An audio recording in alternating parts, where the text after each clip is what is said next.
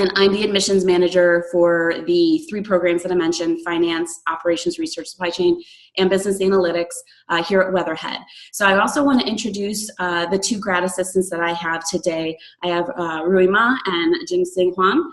And Rui, why don't you go ahead and introduce yourself, and then I'll have Jingsing introduce himself. Just tell us a little bit about your background, where you're from, where your undergrad was, your major, and kind of anything else that you want these folks to kind of know about you. Hi everyone, good morning and happy Lunar Year. My name is Rui Ma, and I'm now second-year student in Weatherhead. My major is financial big data, and if you have any questions, you can just ask me. I will be happy to help. Thank you. Perfect. All right, Jingsing, your turn. You're up. Okay. Good morning, everyone. My name is Jingseng Huang, and you can call me Jason. I'm also a second-year student in finance program. My track is risk management. For my background, I received my bachelor degree from Marquette University, majoring in finance and international business. Right now, I'm a president and also the founder of the car club of Case Western Reserve University. So if you guys want to have any car-related question, you can ask me directly, no problem. And also, if you have any question regarding to the risk management track, or the life in Cleveland, you can ask me as well. Thank you. Wonderful. Thank you, guys. So once again, this is just really an informal session. I'm not looking to be impressed. You don't need to show me any credentials. We're already going through the application process right now, reviewing your interviews and such. So this is just a chance for you guys to really kind of get those questions answered, maybe that are more complicated than a simple yes or no or through an email. And since we have students here involved, you're really at a good opportunity to kind of talk to them face and face about what it's like, transitioning into a different culture, what the life is like in Cleveland, what the opportunities are. I'm a Cleveland native. I could brag about the city all day. I love living here. I'm born and raised, left for school, came back, and now I'm set. I'm not going anywhere. So I really want to share my experiences with you, but I think it's more important that you guys learn from people who've actually just did this a couple of years ago and know what it's like to go through grad school. Something else is too, I also know what that's like. I went straight from an undergraduate program into a master's program myself, granted a number of years ago, but I know what that transition's like, and I'm happy to just have this chance to talk with you guys. So again, I'm going to kind of repeat this a few times for those people who are still joining in. Please make sure you're using your real first and last name in the little comment section thingy in the little corner of the screen. And then please, I encourage you to turn your camera on, or else use the chat feature so we can converse. But really, this is for you guys. So any questions you have for Ray or Jason or me, I'm going to leave it up to you. So just let me know you have a question, and we'll get to your to help you out. Who wants to be up first? All right. Xuan, hi, how are you? Hi. Hi, my name is Shuwen Lu, and you can call me Jenny. And I'm very glad to meet you all, and happy Lunar New Year. And while I have listened your performance, and you all have a strong English proficiency. Sorry, I'm a little bit nervous. And that's okay. I have applied the MSM-Finance program, and I have a strong desire to learn finance in Case Western Reserve University. And I'm from Nanjing, China, and I studied finance at Jingling Institution of Technology, and I haven't finished the undergraduate study yet, and I have a strong interest in Case Western, and I have the interview with I have an KR interview through the application, and I still have some questions. Yeah, and go ahead. I'm very glad to talk with you. Yeah, and I saw that there are 2 Chinese students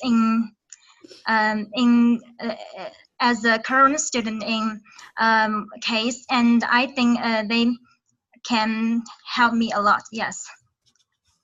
Okay. What kind of questions do you have? I'm interested. I plan to concentrate in a venture capital field, and my career path is to be a investment manager after my graduate study. And so, are there many venture capital institutions outside the schools? Yes, in the areas, in the school areas. Yes. I'm going to leave this for my GAs to talk about, because I feel like they're the ones. See, one thing I want to make clear, I get you guys into the program, but we have other people that get you out of the program. So my weaknesses are knowing exactly all the different areas. I know a general topic to discuss about employment, but I'm going to leave this to the GAs, because they're the ones that are going around hunting for jobs and internships and things like that. So Ray and Jason, what do you guys say? What's your opinion on that question? May I ask,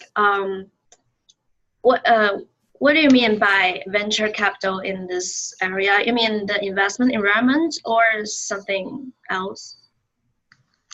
Yes, because I have took the internship in a venture capital firm, and I'm very interested in working with some outstanding investment manager. Yes, and I want to get some mentorship experience and some hands-on experience during my program study. Yes, so I probably want to ask that if there are any opportunities to let me have some experience outside the school in some venture capital firm. Yes. Well, first of all, the students in their first year are not allowed to have internships or jobs inside or outside of school. But when you are in second year, you can find internships or jobs both on campus or out of campus, and there are many opportunities for you. We have like workshop or workshop. Like that. Yeah, you can join, and you can search for opportunities for venture capital experience you're looking for. And I think professors and our school and our program advisors will provide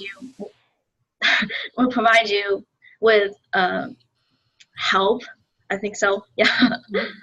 Yeah. Okay. I got it. And thank you very much. Sorry, guys. Can you wait me a second? I need to open the door for my parents. You're fine. Sure. You're fine. Go ahead, and I'm going to mute you. Sorry. One thing I want to talk about, and really, Jane, say anytime you guys want to chip into anything, to feel free to join in. So I have you both unmuted.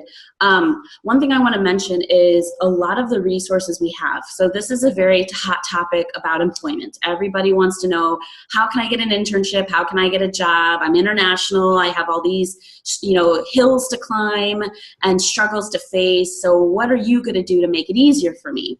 And this kind of goes with any program, but I am going to specifically speak about finance. But real quick, with a show of hands, who's applying for the finance program? Okay. It looks like the majority that I see are finance, but of course not everyone is. So I'm going to speak generally, but I'm going to focus a little bit on finance. And if I'm not addressing enough about the other programs, let me know. So we have a few people on our finance program that I think are huge assets to you guys as students. And there's a number of names I can list, but the first couple of names I want to mention is Marybeth Keeler. Marybeth Keeler, her job is not really employment, but she's the program manager. She helps you within the program with your day-to-day scheduling, your complications, any conflicts, anything like that. You go to her for assistance. So it's like I kind of pass her to you, and she kind of takes over from orientation on. Through her, you'll meet with her a lot, and you'll also meet with somebody else named Mitch Cam. Mitch Cam is in charge. Now, these two people are strictly for finance only. If you're applying to business analytics or the operations program, that individual that I'm referring to is actually Matt Maloney. It's a different person, but similar role.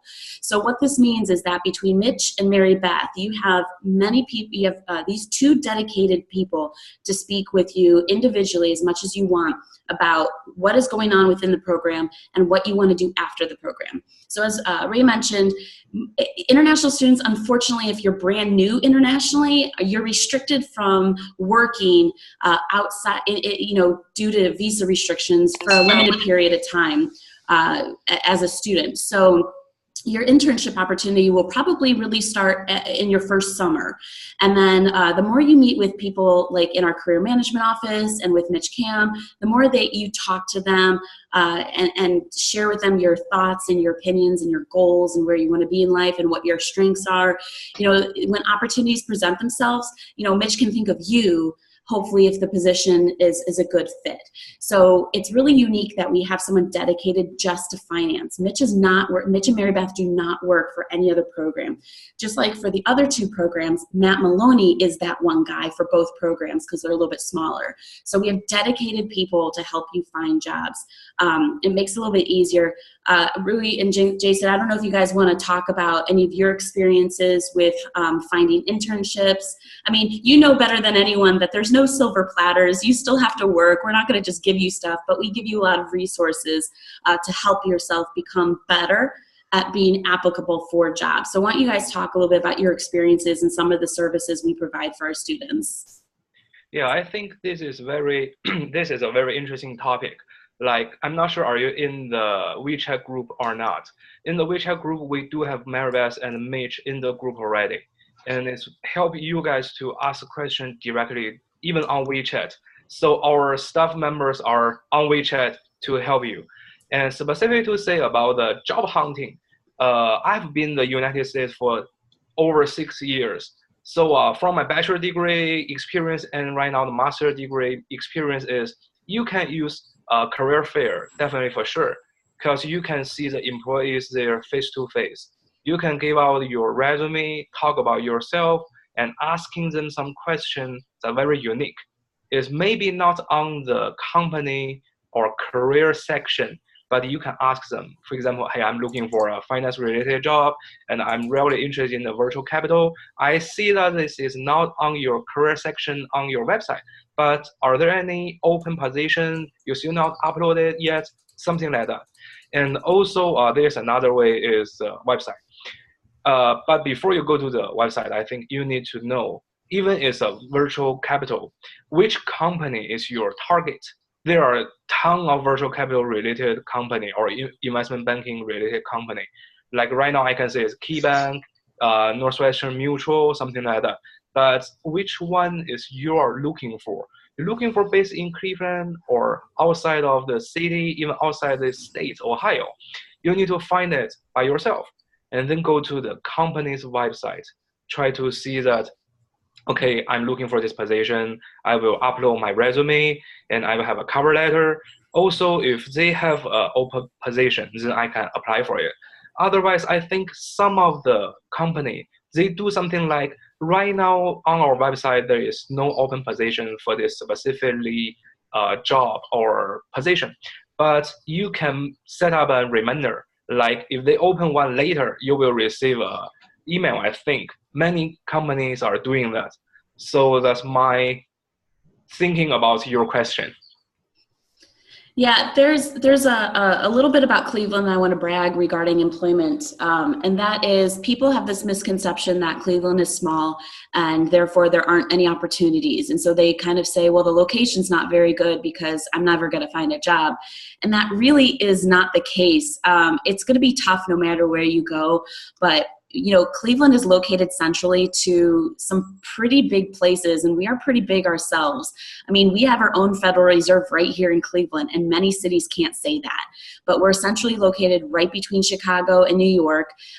We're right between Toronto and Atlanta, Charlottesville. We are literally a hub surrounded by other cities, Washington, D.C., all these different places that if you want to go into consulting or finance or anything like that, I mean, we are a fantastic fantastic place for manufacturing. And let me just make this, you know, I know again, a lot of people are finance, not everyone is, but keep in mind, every industry needs every topic that you're learning here. Every company needs finances. Everybody deals with logistics and operations in some way, shape, or form. Everyone is dealing with analytics and statistical data, things like that, and learning how to tell stories and speak to the data. So this is like a great hub to start, to learn, to become educated in a really highly ranked place, save money because it's really affordable to live here too, which is awesome, and then go and spread out, you know, get the experiences you need through the internships. You know, we have lots of great locations, you know, Key Bank, all these consulting companies within Northeast Ohio. So we have a lot of services for you. I don't want to be, you know, it's kind of hard because I know like New York is pretty big, Chicago is pretty big, but there's also a lot more people there. So just because the opportunities are bigger someplace else doesn't mean you have a better opportunity. There's also more people vying for those positions.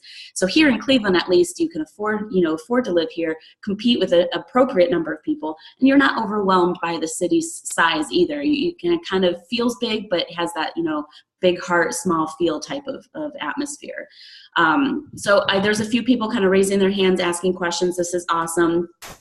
So I see Prakesh's question is about operations supply chain. Prakesh, I'm going to send you last night's webinar. I understand that you weren't able to join, but that webinar went over a lot of detail about the operations supply chain program. So please feel free to stay on this one and listen involved, but I'm going to send that to you because that really gets into the details of the career management specifically for the ORSC program.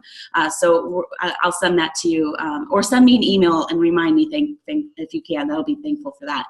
And Musa says, you know, he's interested in risk management or investment. Are there any suggestions for your interests? What kind of suggestions, Musa, are you looking for? You're welcome. I've unmuted you, so you're welcome to chat. Yes, I'm actually interested in anything that is related to investment. And I don't know what is best for me. So I would like to just focus on investment or risk management.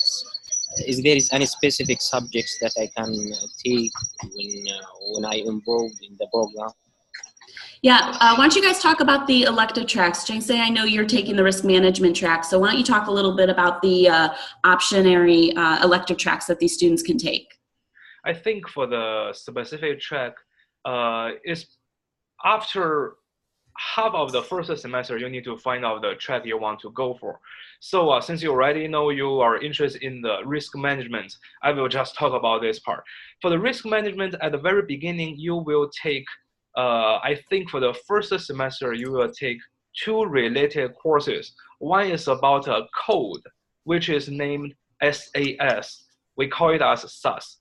This one is very important in your following either study process or your career process. Because I did have an internship in BMW Group this past summer in the risk management team. They do need people to know that what is SAS and how to use SAS. So the SAS program is very important. And another course is named as risk management. And this one will give you many basic materials about this entire risk management, what is it looks like, what it's all about. And then after you choose the risk management track, you will learn a lot of related stuff for sure. But like I said before, the basic thing maybe for the programming part is the SAS. And in the future, you may learn about the Python, but it's all about or all due to your GPA. If you have a higher GPA, you will learn this language, otherwise you may not. But we don't know the future like class schedule, so we cannot guarantee anything on this part. But if you want to learn something by yourself in advance before the school start, maybe the SAS language you want to like learn it a little bit, because it will definitely help a lot after the school start. Yeah, and one thing I want to point out too, and this goes for all of the programs here, a lot of programming languages are taught in all three programs, and this is by no means a requirement for admission. We do not expect any of the students to come very knowledgeable about R and Tableau and SAS and all these other languages. You know, we expect actually that you're a blank slate, and we will teach that to you here in the program. So if you'd like to learn, like Jason said, about studying SAS in advance just to get a better basic understanding of it, that's completely fine. That's all on you. That's not a requirement. I do not need that for admissions. So I definitely recommend enhancing your skills. Also, something to keep in mind is, depending upon which program you are, you're going to get various different programming languages as well. So you're never going to become 100% proficient in every single language that's taught to you. So there just isn't enough time to do that. So you almost need to, after you get started with the program, to kind of keep up your education, keep teaching yourself all the new stuff that's coming out, and that way you'll be that much more advanced of your, other people out there who are vying for certain positions. So you can always do better and help yourself. One other thing I want to add on, since we're talking about the elective tracks for finance, and I promise, I know I see some people from the other programs too. I'm happy to answer your questions. Just feel free to ask them. But one question is, can you guys talk a little bit about the 3 elective tracks? And the other question is, how can we switch between the elective tracks? And you can't really do that. I understand that Marybeth will work with you at the beginning of the year and kind of plan out what your curriculum will look like, because the program is 9 months, but you can stay an additional 1 or 2 semesters, so up to 2 years. So after your first semester, you're going to sit with her and kind of say, okay, I've gotten a taste of the program now. I want to settle what my future will look like. And then you kind of plan out what the next couple of semesters will look like, which elective track are you taking, because we do have to kind of lock it in at a certain point, so there's really no changing. But why don't you guys talk a little bit about what Marybeth does for you to discuss the 3 tracks, maybe some of the differences, and how that will look for a student coming in fresh from orientation. I think based on my experience, because I thought I will go for the risk management at the very, very beginning. But after I took the first semester courses, I have some questions. So before I made the choice to which specific track, I went to see Meredith at first and then ask her, like, based on her experience, how many people choose the risk management and corporate finance before, because we did not have the big data when I was enrolled as a new student.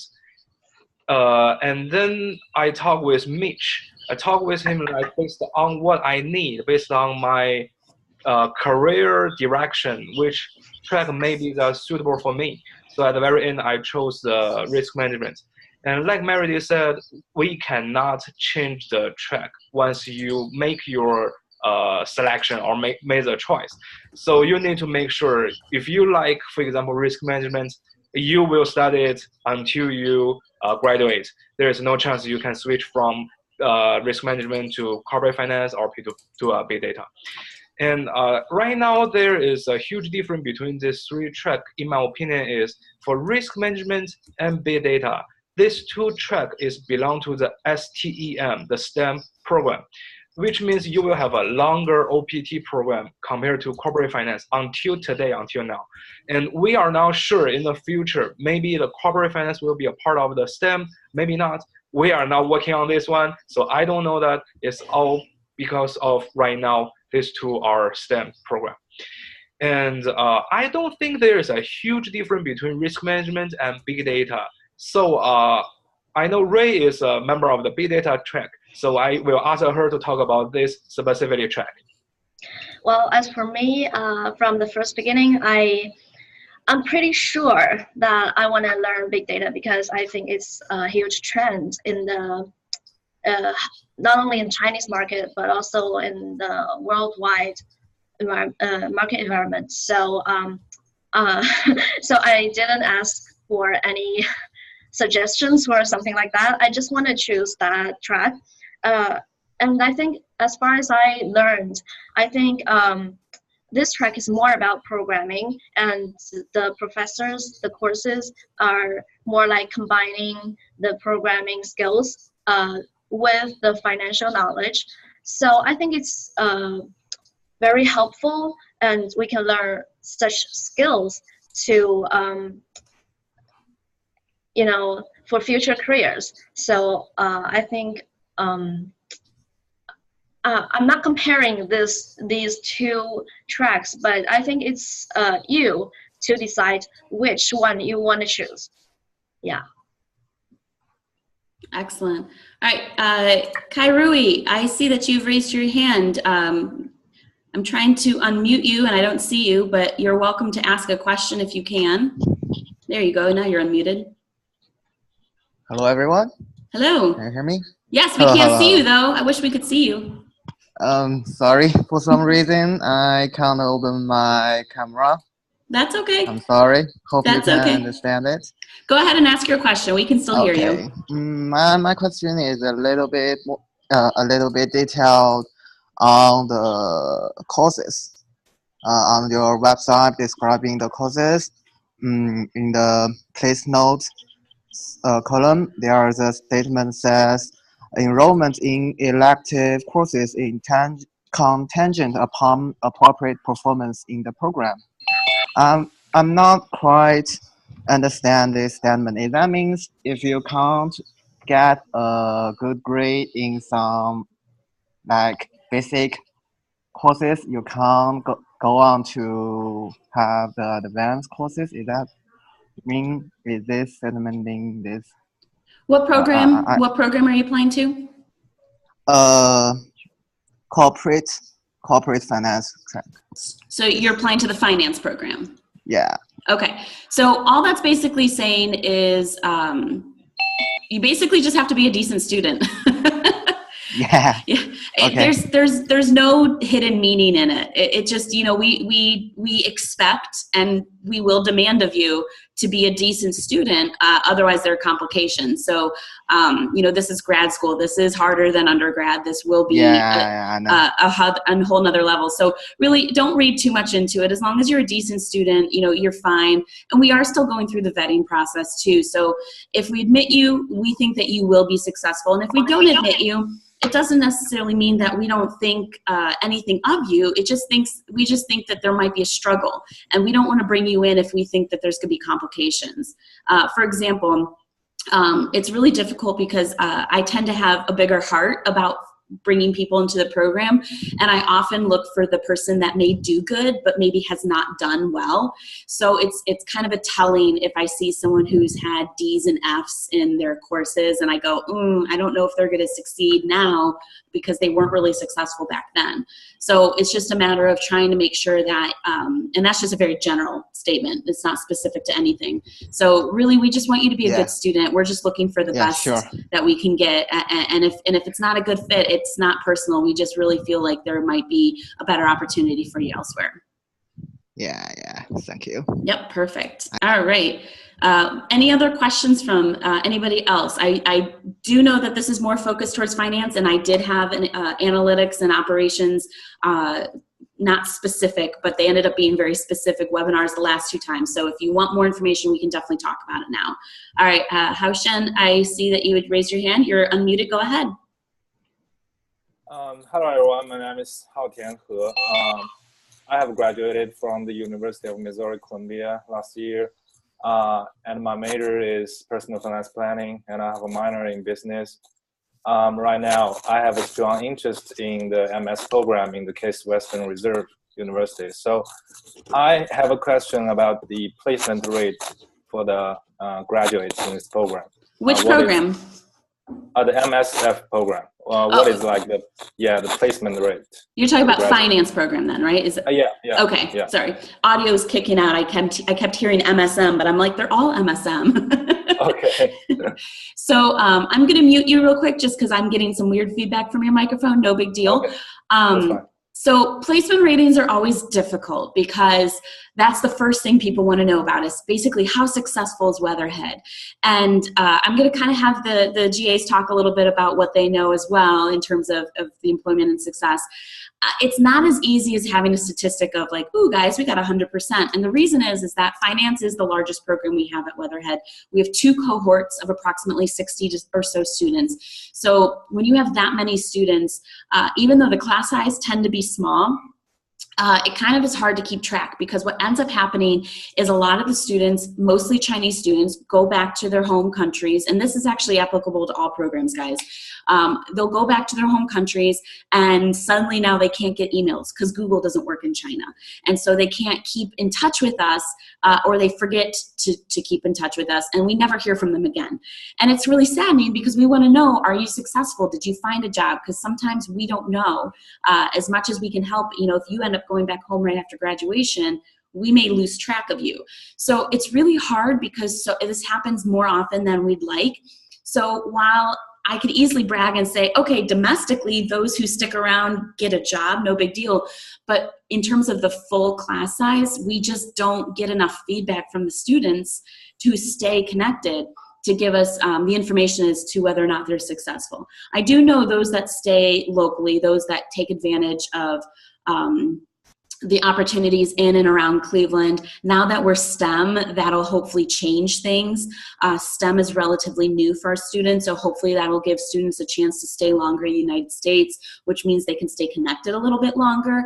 But all in all, I don't really have a number for you, and that's the hard part. I would say the majority are going to get jobs within at least the year, because sometimes it takes a while to go through applications. I mean, my students right now are looking for jobs, and they've probably put in, dozens, if not hundreds of applications and gone on tons of interviews, and you just don't know what is the right fit. You don't know what's going to come of it. You're still waiting for the feedback from the job. So there's all sorts of things going on that make it difficult for us to really nail down it's a definite this percentage, or it's a definite that quantity.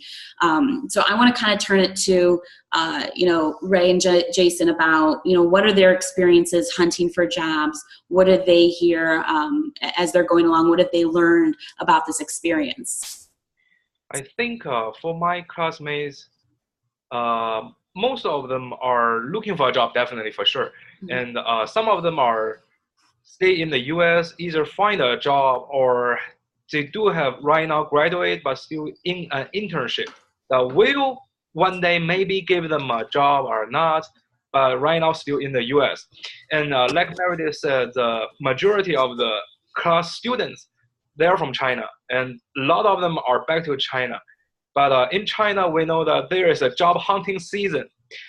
If you back to China just perfectly miss this season, you'd have to wait maybe half a year, maybe even 1 year. So this is really hard to say actually how many of them are having a job right now, how many of them are having internship right now. It's really hard to tell you guys.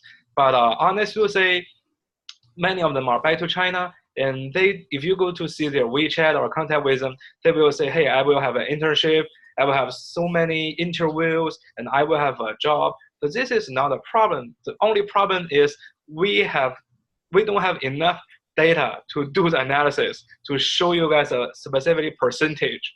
That's kind of not a real problem, but still a kind of problem.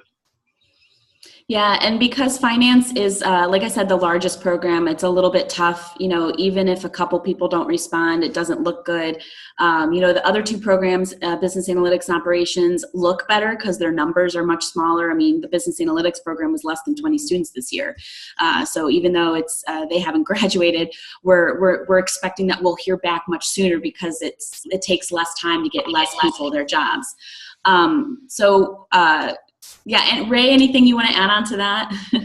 Well, actually, as far as I know, one professor in our school named Professor Green, I think so, yeah. He works at KeyBank, and he provides with his students with opportunities to have an internship in KeyBank. He can recommend students to there. So I think there are many opportunities, and I think the brand of the school, the name of the school is one thing, but the most important thing is who you are and how can you attract those employers, and how you can perform and show yourself to them. And it is not the school or your professors who decide you can stay. It is you and yourself, your performance. And that's what I think. Ray, I love what you just said. I have to say, I'm a former teacher, and can I just say, it's the student that learns from the teacher and makes the difference. It's not the teacher that does the work, it's the student.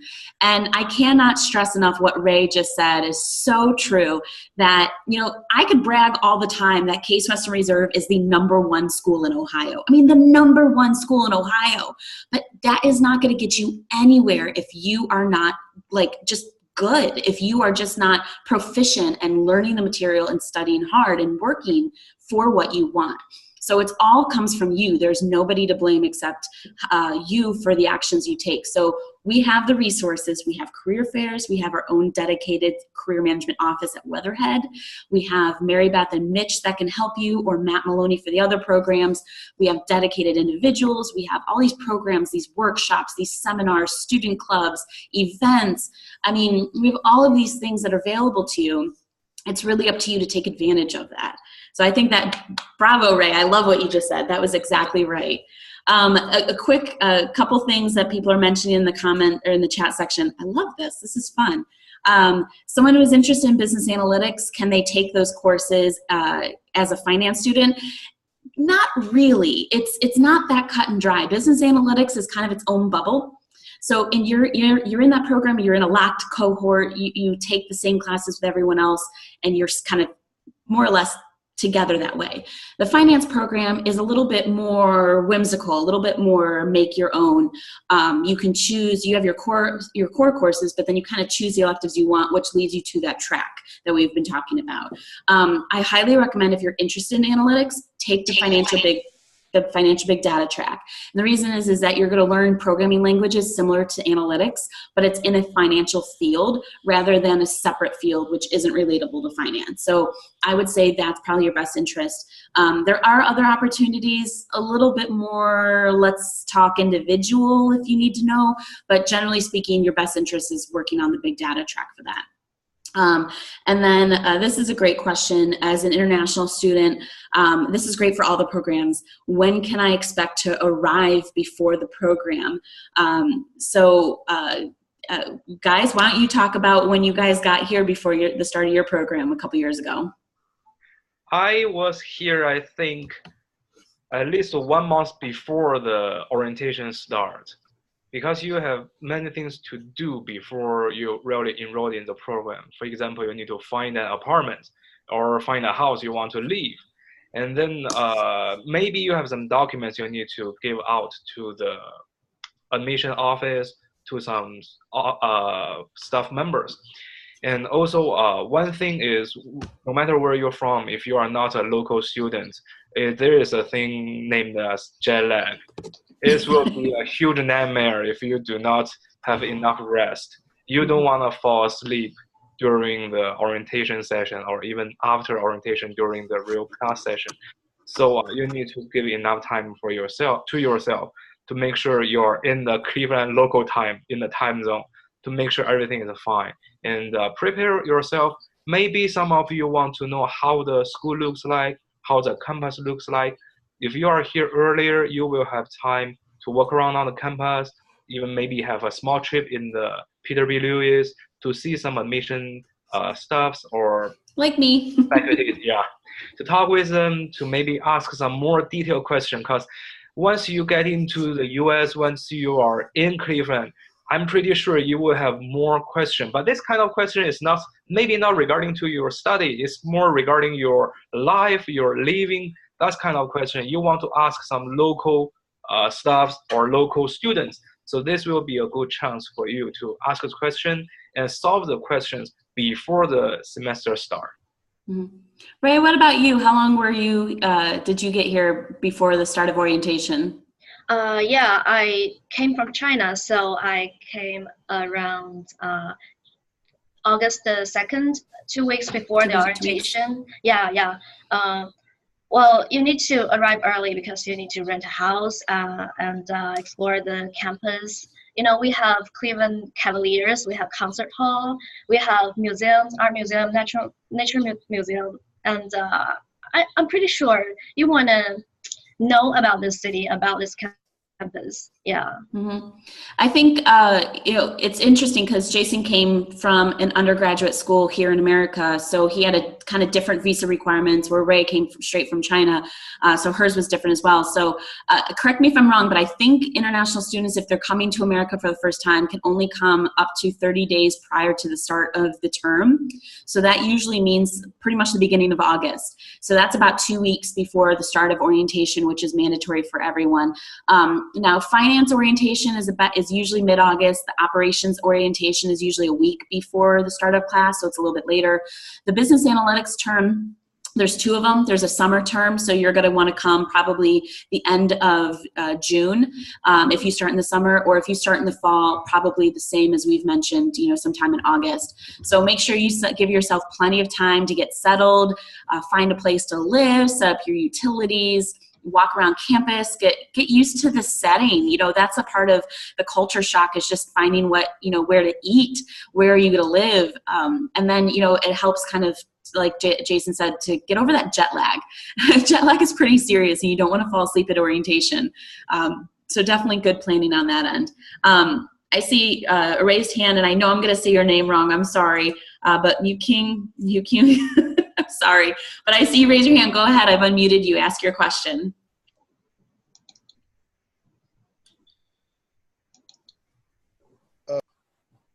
Can you hear me? Yep, we can hear you. Oh, okay. Hi, my name is Mu Qingxun. You can call me Andrew. I'm a senior undergraduate student from China, and I major in finance and I minor in human resource management. And I see your courses, and I like the risk management track, because I'm doing an internship as a risk management intern at an insurance company in China now. I'm quite interested in this program, and in addition, I'd like to ask some questions about the student life, about the daily life in Cleveland, because I'm also a big fan of Cleveland Cavaliers. Yes. So I want to know what's the housing prices the students live on campus, or they have to rent apartment outside the campus. Yeah, there is a place on campus. And what's the price? So there is a place on campus called the Triangle Apartments, but it's more like dormitory living, and they're really only reserved for undergraduate students. One thing to point out is it's majority graduate students on campus. At Case in general, it's about 60% graduates. At Weatherhead, it's about 70% graduates. So the housing is really just reserved for undergrads. The Triangle Apartments are an option. They are right on campus, but they're a little bit on the pricier side, and I hear that there's not a lot of options with them. But there are tons of neighborhoods. Like, it's so funny because I'm like, I promise everyone will find a place to live. There's tons of places to live. It's very affordable. In terms of apartments, you could probably find a single bedroom. If you want to be very bare and scrape your money together and live maybe a little bit further away, you could probably find something in the $400 to $500 range, maybe a little bit more comfortably in the $600 to $700 range. If you find a 2-bedroom apartment with a roommate, you can definitely go up a little bit more. You can probably be in the $700 to $800 range up to $1,000. And of course, you can live a lot more luxurious than that. It just depends on where you want to live and kind of the conditions you want to live. So we have lots of good, safe neighborhoods in walking distance, in a short. We have public transportation. We have shuttles. Mm-hmm. So you can take a bus ride in. You can walk, ride your bike. You don't have to get a car if you don't want to, but you can. If you do, you can probably live further away, maybe save a little bit of money that way and just get a parking pass instead. but there's tons of areas. You guys, how close is your apartment from where campus is, and how much do you guys pay a month? My apartment is 5 minutes drive from school. It's really close, and you can walk around 20 minutes to go to Weatherhead, and the rent is about 400 to 500 a month, including heating and water. Yeah. Nice. You'll need the heat for the winter. yeah, you don't have to pay so much extra money for heating because it's a long winter. And the electricity will maybe only cost $10 to $20. Yeah, so it's pretty cheap. Yeah, it's pretty cheap. So you don't have to spend too much money on rent or your life. Yeah.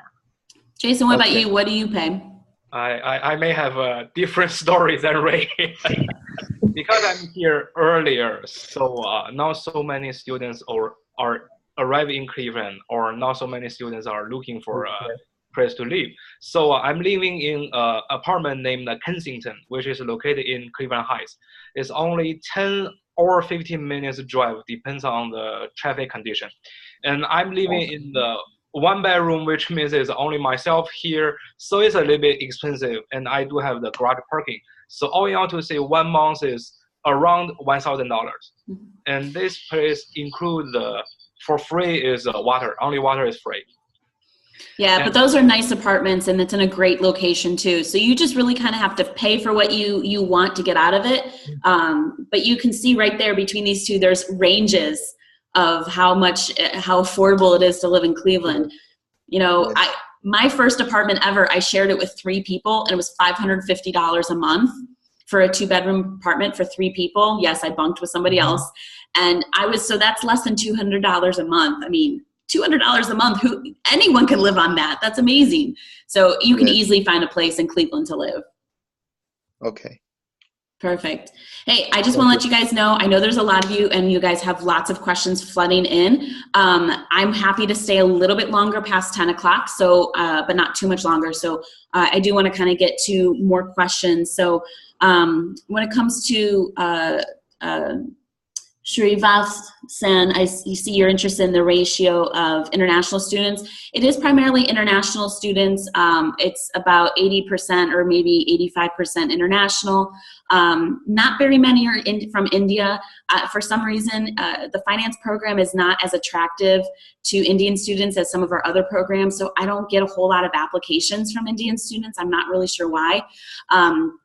But we do probably have the majority, I know we do have majority of Chinese students over other countries, but we do have a lot of other countries represented in the programs too, which is really cool. What other questions do you guys have while we're here? Anybody else have a question? Okay. Volunteering opportunities. What kind of volunteering are we referring to?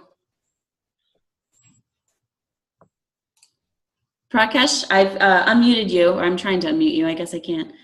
Social engagement. Okay. Why don't you guys talk about this? You guys are students. What kind of social engagements and opportunities do you do? Jason, I know you have your car club.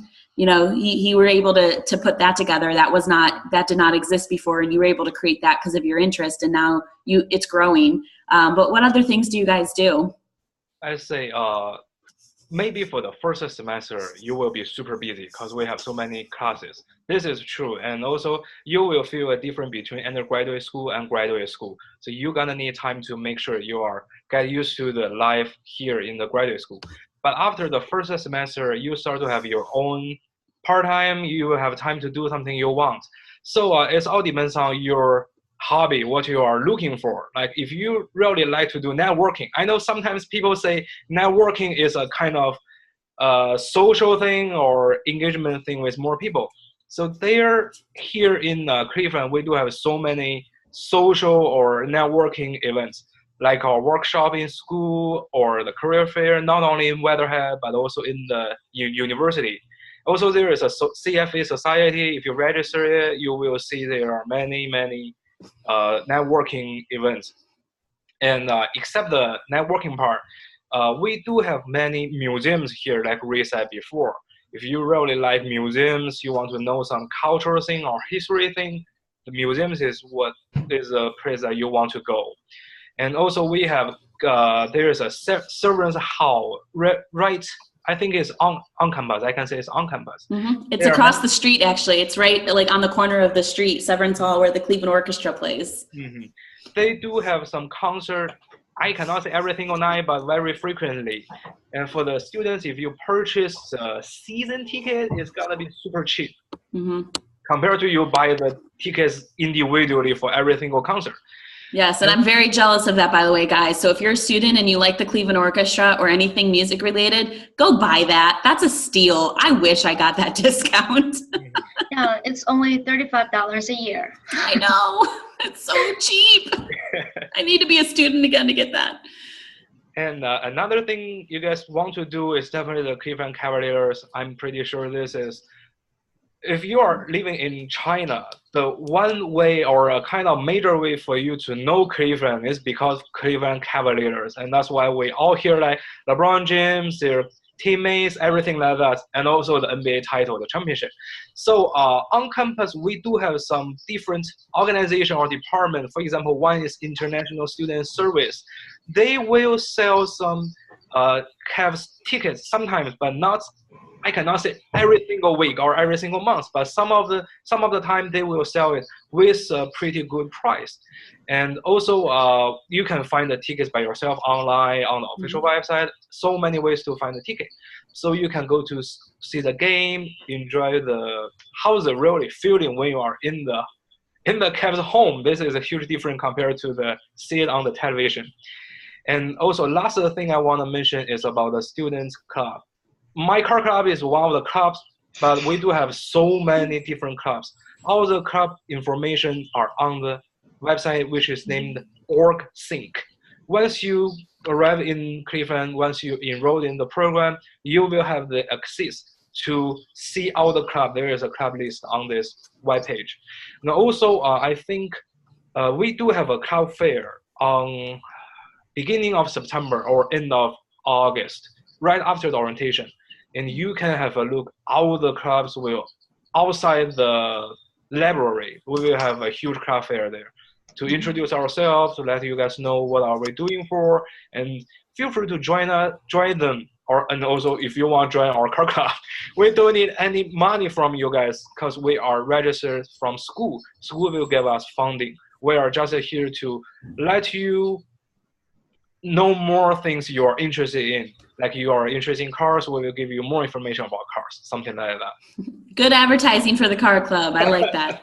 Yeah, and like he said, you guys really won't have access to that information until you're students here. But once you get involved, it's really easy to sign up. You just have to get in contact with each club you're interested. So if you want to join the finance club or the operations club or the investment club, you're more than welcome to. You just make contact with them and let them know, and they'll tell you what you need to do. The other cool thing is that so many clubs are open to other members. For example, the operations club is not restricted to just members of the ORC program.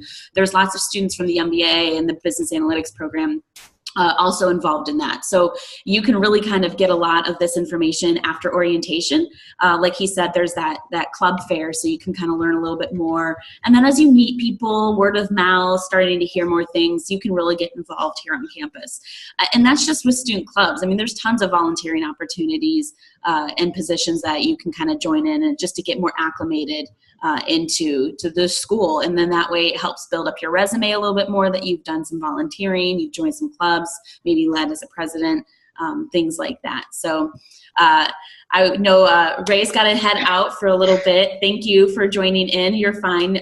Go do your other part of your job. I'm totally fine with that. Thank you. Bye, everyone. All right. We'll talk to you soon, Ray. Thanks. Bye. Jason, do you have to go too, or do you still have 10 minutes? I can still live here for sure. It's not a problem. Okay. I can talk for probably another 10 minutes or so because I have another meeting at 10:30. But any other questions you guys have? Okay. Yunda, hi. Go ahead with your question. I'm an English major student in China, and I'm concerning that in my undergraduate, I did not learn too much courses related to finance. And will this, consist drawback for my application? And what is should I prepare something special if I'm admitted by the case university? So let me answer the second part of that first. So because I think it's applicable to anyone, is once you're admitted into the program, we're taking you on the condition that you are who you are. You know, we've reviewed your background. We see things that we think will make you a success in the program, and we want you in the program to be successful. So anybody who comes in as an admitted student, we do not expect you to do anything else. We're not expecting you to keep on impressing us.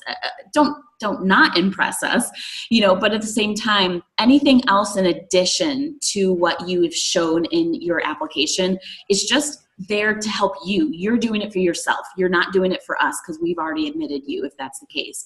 So basically, for anyone, you're welcome to continue your education past admission, but really we'll take you as you are when August comes. Now, regarding your specific question about being an English major, it is very different. We do admit a variety of different types of backgrounds into the program, but I'm not going to lie, it's a bit of a struggle.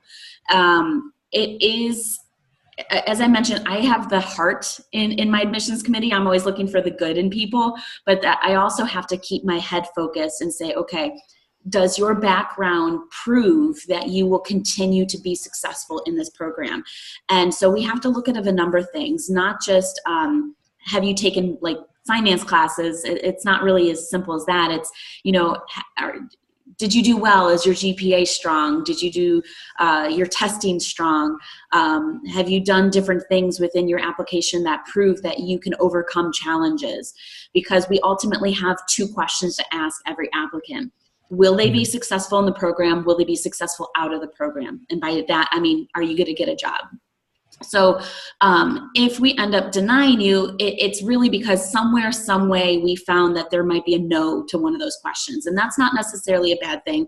That just means that the fit isn't there, and we don't want to put you in a position that might ultimately make you struggle in the program. Because English is a different major. While a lot of people will go, ooh, you have an advantage because you can speak probably better English or converse better English than some other international students. But if you don't have that background mindset of what finance is, that's going to be a struggle. So we do look at a few key courses to see if you've taken. Statistics is a popular one. Many people have taken stats. That can usually kind of predetermine if you did well in stats, will you do well in this program?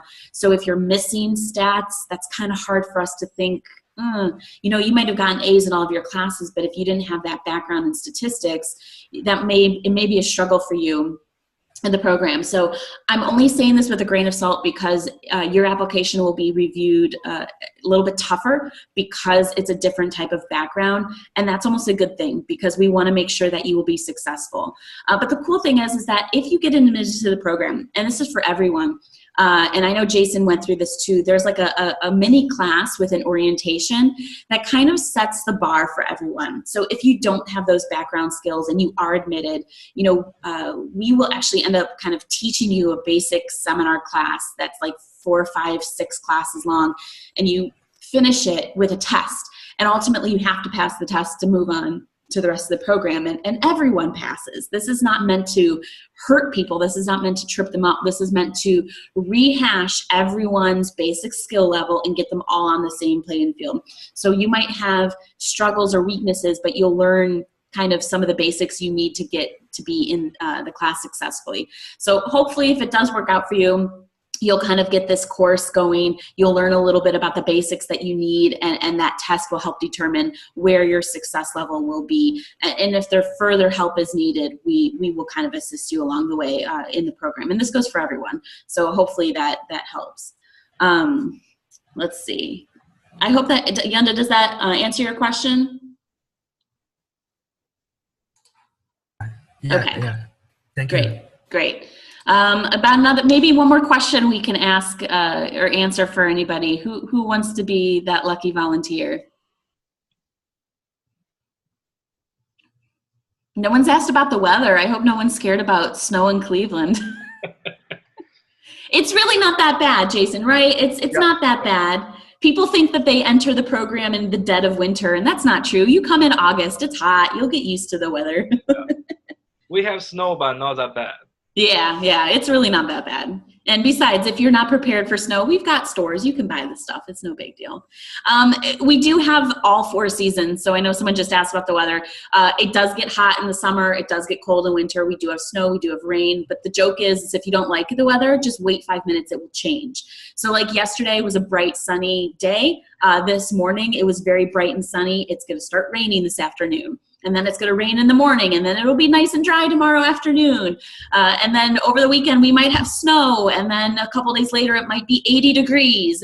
We just don't know. It goes all over the place. But the beautiful thing is that we have every season, and that's part of the reason I love Cleveland. I love the snow, and I get it just long enough where I'm like, okay, I'm ready for the spring, and then I get the blooming trees and the plants, and it works. So. Musa, I see that you raised your hand. Go ahead. I'm trying to unmute you. Let's see. There we go. Go ahead and ask your question. Yes, ma'am. Actually, I would like to ask you regarding the admission. Hey, you know what? Can I talk to you later about admissions? Because I know you're in a different situation than some other students. So if your questions are about admissions, why don't you send me an email directly? Because I think it'll be easier if I talk to you individually. Okay, ma'am. Okay. Where is your email address? You've sent me emails before, so you should be able to look through your email and just send an email to me. Okay. Thank you. Great. All right. I think the last question I'll ask is, if someone asks, is it convenient to earn a car license near the campus? Jason, did you get a car? I don't remember. Did you? You have a car, right? Okay. Duh, car club. Talk about getting a license. To get a driver's license, there is no very close BMV. We call it as a Bureau of Motor Vehicles. There is no very close BMV on campus. You're gonna need to either carpool or maybe call Uber with your friends. Go there as a group, so this can save you some money. The first thing you need to do is to do a writing test. We call it as a permit. But you don't need to use a pen to write it. You will use a computer in the BMV and answer some very common question. We do have 2 parts. One is about the traffic rule. Another one is about the traffic signal. So these 2 parts, once you pass it, you will receive your permit. Permit can give you the permission to drive a car, but you need, on your passenger side, you will have older than 21 years old with a valid US driver's license. And then after that, you can take the driving exam. Either you buy a car or you cannot rent a car. You will buy a car or you ask your friend to give you a car. You rent a car from them, and then you take the driving exam. Once you pass it, you will receive your official driver's license. All in all, to say this whole process may take you, I think, around 2 weeks if you know how to drive. But if you don't know how to drive before, you may need to find a driver school here in Cleveland. And all the information you can find either on BMV or on Google. It's very easy to find.